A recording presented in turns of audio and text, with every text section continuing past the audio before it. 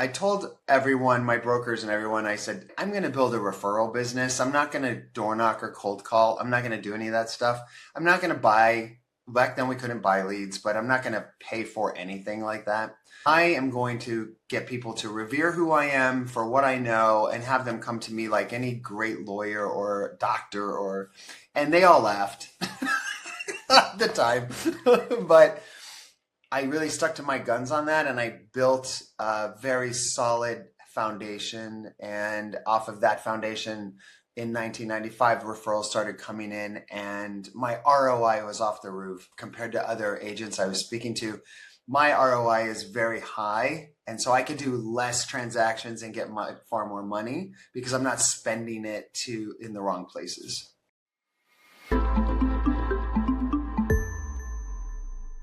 Hello, welcome back to the Why Do I Suck as a Real Estate Agent podcast. Today, I have Tony Ray Baker out of Tucson, Arizona. He is the team leader for the Tony Ray Baker team. Tony, you've been a real estate agent since 1994, 30 years of experience, residential, historic, investment, luxury real estate, hold a whole bunch of designations. You run a few publications. Welcome to the show, Tony. Thank you. Thank you for having me. Yeah, so I'm excited to talk with you. It's great because obviously I'm in Green Bay, you're in Tucson. We just talked off screen about the weather differences and how I'm going to go through 4 seasons today. You're going to have one, and I'd rather have yours, quite honestly, today. But so you've been doing real estate for a long time. Tell us, how did you get into real estate? What was it that brought you? Always like to hear the origin story so our guests can get an idea of where you come from. It's a funny story. Let's hear it. I love learning, so I was pursuing college for way too long. And I was doing psychology and law, which are very left-brained. And then I was doing architecture and design, which are very right-brained because I'm always in left and right. And after 7 years, my mother said to me, "Why don't you be a real estate agent?" And I said, I got into a fight with her. I said, "What is wrong with you?" I said, "Those are the scum people. I'm not going to be in that profession. That's the worst people of the worst people besides used car salespeople." Yep. Back then, it was the reputation of a real estate agent was worse than today, if you can believe that. And I just could not get over the fact that she insulted me and did that. But heaven forbid she tells you to do the right career. 2 days later, I woke up with the oh shit moment where I was like, Yep. Oh no, I have to apologize because she's right. Yep. And her premise was all the components that I love, including I was always number one in sales in all of the jobs I worked, which were all commission based. And I was always the number one sales guy. Her premise was all of that was involved in real estate. Yep. And so she was right. And I, like a dummy, I quit my job, a really good paying job. There was a 6-figure job in 1994, which is unheard of, right? I quit that job with 2 weeks notice and plowed right into real estate school like a crazy person. And what happened next? I made no money. Mm-hmm. Yep, into $0 and no income, which was great. Yeah.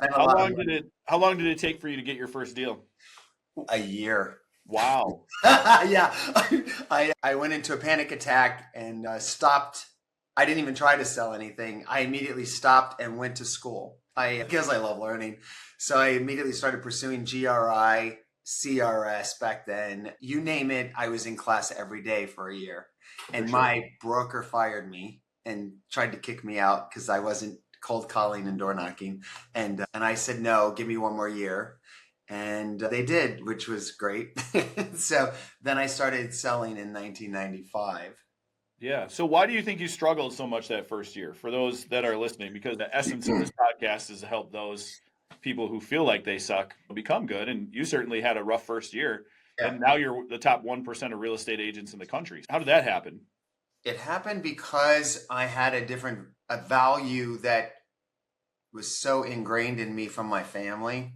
My dad worked by referral in his career for 40 years. That's how my mom worked. And to door knock or cold call or run ads in a newspaper back then, this is pre-internet, I just couldn't grasp it. It wasn't in my soul. It defied everything I was about. So I then in order to take care of a client, I had to feel like I was worthy of taking care of them, because why would you hire me, the new kid who just got his license and has no experience? Why would you hire me instead of a really good expert real estate agent? And so in order to overcome all that, I went back to school, and I realized I had jumped the gun and I should have prepared better for me. And I told everyone, my brokers and everyone, I said, I'm going to build a referral business. I'm not going to door knock or cold call. I'm not going to do any of that stuff. I'm not going to buy, back then we couldn't buy leads, but I'm not going to pay for anything like that. I am going to get people to revere who I am for what I know and have them come to me like any great lawyer or doctor and they all laughed at the time. But I really stuck to my guns on that, and I built a very solid foundation. And off of that foundation, in 1995, referrals started coming in, and my ROI was off the roof compared to other agents I was speaking to. My ROI is very high, and so I could do less transactions and get far more money because I'm not spending it in the wrong places. For sure. And I think that happens too when you start. We have a million different ways that we could. I made the mistakes early on in my career. I hired a company to send me leads, and all they did was find names and then told me that they were warmed up, and it never materialized. I don't think I got one deal, and it cost me probably $20,000 or something like that. That's really hard to swallow when you're making $0. And need the money. Yeah, exactly. Exactly. Yeah. I know when you had talked to my team, they had mentioned that we're going to talk a little bit here about how to build really high six-figure real estate career with balance. So you talk about the ROI. So what are some of the steps that just in a mindset for one, let's start there because I think everything starts with a mindset, but what does it actually take to earn a six-figure income in real estate? Mindset is everything. Is once you get the mindset and you really identify your values and identify the business you want, then once you identify that, I'd say the second thing, and even more of a priority, was I identified the life I wanted first. And then I figured out this is the life I want. And that was, I want to work Monday through Friday, 9 to 5. I want to not work on weekends. I want 6 vacations a year. I want to be in Europe for 30 days minimum every year.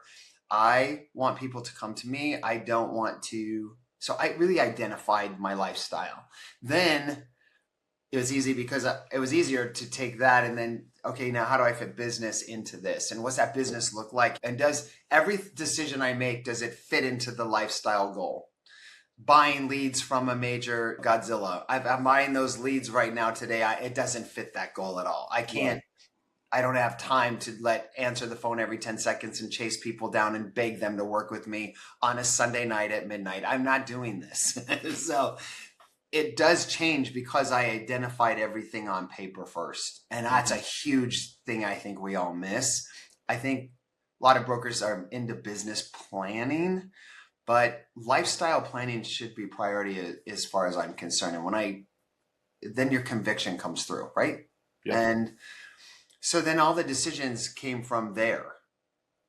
And when you know what you want, then you can figure out numbers and time blocking and the way to get there. Those other components come in.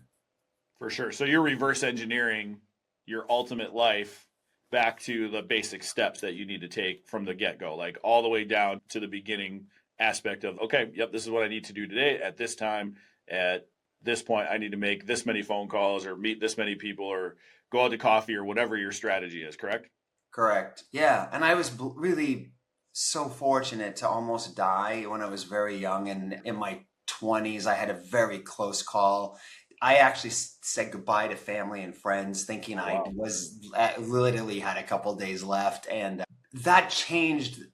That really is why I was so fortunate to understand the focus of living life to its fullest right now and understanding that I needed to fit the business in so I could have the things I wanted, but more importantly, that I would never die with regret thinking I didn't do this or I didn't do that. I always wanted to know I lived my life, like really balls to the walls, just went out and had a blast. Yeah. And that's the life I do live every day. And I have for 30 years because I planned it based on that lifestyle I wanted.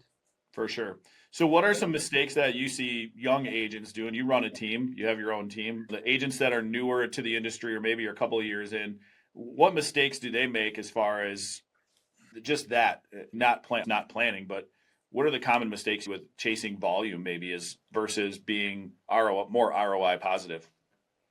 Mistakes they make. So just to be clear, my team is my partner, and he is our buyer's agent and I am our seller's agent, and then I run our other company. So I have time to be in the office Monday through Friday, 9 to 5. I run 5 businesses, including real estate, and he's our buyer's agent. So that was the first thing the mistake I see there was that I was constantly trying to run buyers and then get to the office and then handle a seller and then do paperwork. And it's very jarring on the brain to you lose focus and you have a lot of interruption time when you're running buyers and sellers. So you have to be super great at appointment scheduling to make sure you have a block of time every morning, probably to do what you need in the office before you run buyers, right? And you're at their mercy and their whims. You should be scheduling at your time frame, right? As soon as I let go of the buyer's side and I realized that everything done in a car or required of a vehicle would be Darren's job, that freed my life up a lot more because then I could stay focused where I need to stay focused. I see the other mistakes are get rich quick schemes like buying those leads and not knowing your numbers. That's the really big deal there. These referrals and these leads and stuff that are costing 30 to 50% and then not understanding that your business expenses are another 30 to 40% and then taxes. Sometimes a lot of these kids are working, they're washing dollars or they're actually going broke negatively because they're spending more money than they're making. And I think that's a big deal. And I think another really big mistake is not going after the people who already love and trust you. That's your sales force right there. Those people are already on your side. And if you would to just devise any type of plan on how you're going to nurture them, that would be the priority. And that I would say starting over is nurture that 100, nurture them and make sure you are having great relationships with them, authentic relationships, not I made a post on social media and got 5 likes. That's not a relationship. Right. Really having lunches and conversations and being there for their families and being part of their lives. It's super fun. It's a super great, healthy way to live. And to be part of all those people's lives, that's where business comes from. And that's still today. And I think it'll even be more so in the next decade because AI, which I teach AI, I'm an AI guy. I teach it on big stages with 1,000 people. But I still believe that AI is going to make it even better for us because the more AI crap that's out on the social media and out there in the world, the more your friends and family are going to embrace eye-to-eye contact. And I just think that authenticity is going to be the win for the next decade for sure. Yeah, I agree with that 100%. I don't think a real estate agent their role is going to change, but I don't think it's going to change drastically because somebody still needs to let people in the door. They still need to have the confidence that person is writing the contract. AI is definitely already helping us with a lot of that. So let's talk about that. You're on stage talking about AI. It's about, I feel like 2 years in now of actually people understanding a little bit more, and it's morphing into a great resource and a great tool. So how is that going to change our roles over the next 10 years? I think if you're using AI properly, it'll make the agent more efficient, and I think the productivity can go way up. Our productivity can go up because we are more efficient. But if you use the AI properly now, we can actually use it to not only be more efficient, but be more communicative with your clientele, right? Responses and training and education create authority, and they're looking for authority more than ever in every application of any type, anything they buy or do nowadays. They're looking for authority. They're using Google reviews as authority to tell them that these products or these agents are good, right? Because there's reviews. So I think as we use AI, we use it for that, and then we have more time to be with people, to be more authentic, which leads to more leads, right? So it's a really nice cycle that is occurring. For me personally, that's happened this year we did the same amount of volume we did last year. We did about 25 million in sales this year, and I was off maybe 90 to 120 days so far because I had to close down 3 company locations and merge them all to one location and rebuild that entire location out from a shell. And then I had eye surgery on both eyes, which took me out for a month of October. And I was in Ireland and Scotland and London for the month of September. So there's 4 full months with build out and everything, 4 to 5 months that I really wasn't working in real estate. Yep. And we still did the same number as we did the last year and the year before. I'm very happy and consistent with 25 to 30 million in that company. Yeah. Love it. So what should agents be doing now and learning now with AI coming down the pipeline? I'm going at Gemini because Google laid the foundation already for AI. They are pretty much the beginning of AI. ChatGPT was an open source model that came out with some backing, but not foundation. So they're a house of cards falling down right now. They've declared code red because they're a house of cards. Gemini was always there. They had the cloud, they have the server space, they have Google SEO, they have organic searches, they have all those things in place. So now AI with Gemini is probably going to just blow everybody out of the waters. And you're watching that already with Nano Banana, for example. So if I was to tell you to do anything, it would be become really good friends with a $20 pro version of Gemini and make that your account. Nice. Right? Now, let's say, hypothetically speaking, asking for a friend, this friend of mine has stuck a bunch of money into ChatGPT and wants to take all of the things he created from ChatGPT to move it to Gemini. How would that work? I wouldn't. I would keep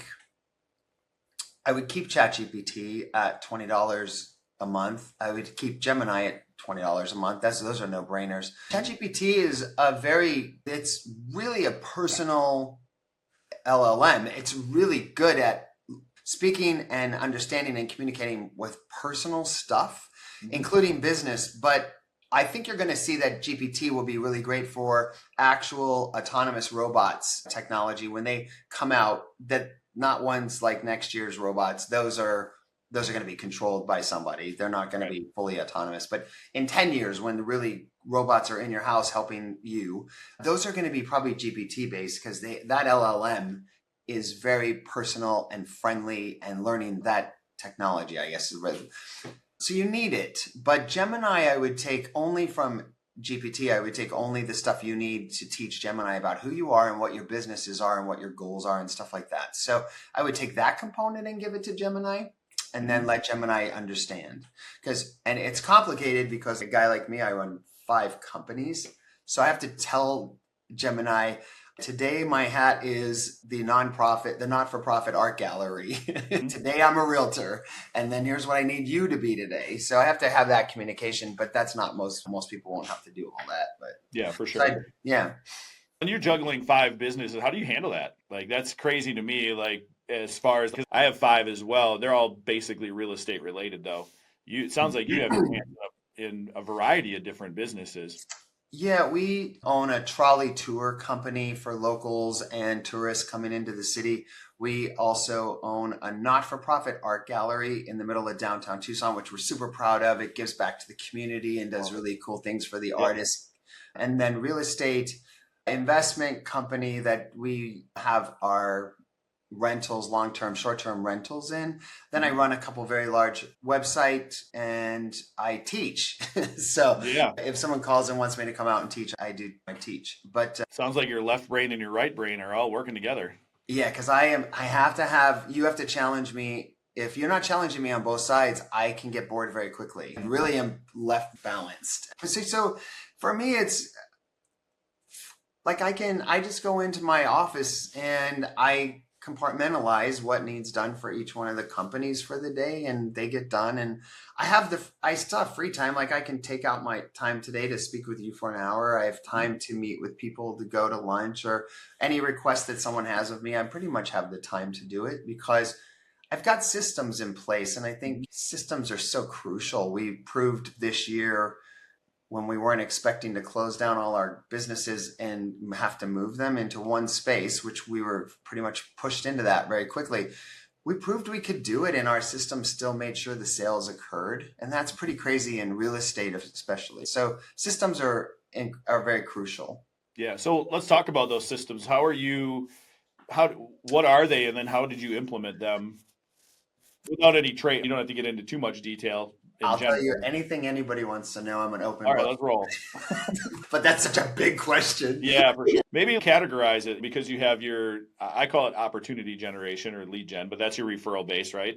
Yeah, so we'll talk about that. So I have a CRM that is very focused. It's not a lead gen CRM. It's a CRM focused on nurturing clientele. So it's a referral CRM. Yep. It is focused on referral. And that CRM, I do have an assistant who's part-time, and she's worked for me for 30 years. Okay. Wow. So she works about 20 hours a week, and she has for 30 years. So she could do her thing and still make money with me.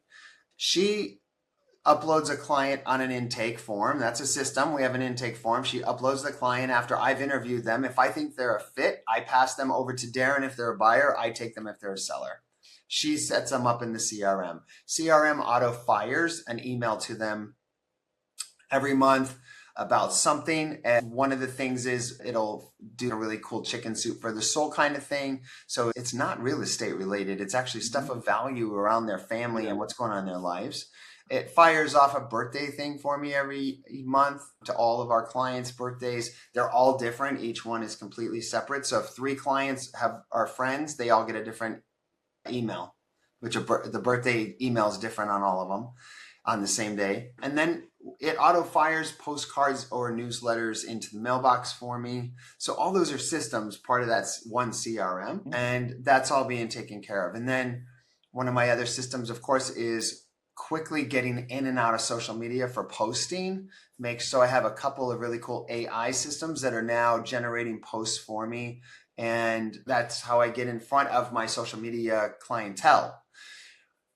And then I use stalker ads for Facebook, for example. So anything I want to post it really focuses on all my clientele.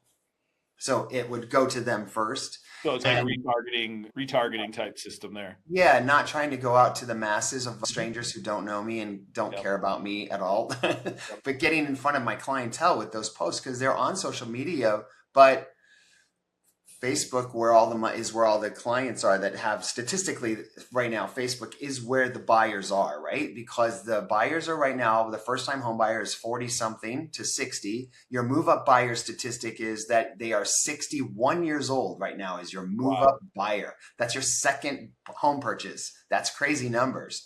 Yeah. Those 2 people are playing in the Facebook arena, not Instagram. Your Instagram kids are not there yet. And so if you just think about Facebook and you're just using your Facebook, that group, if you identify all the people that you know, that group on Facebook, you need to get in front of them. Yep. If you make a post, maybe 5 to 6 will see it. And then you think in your mind that they all saw it or no one saw it.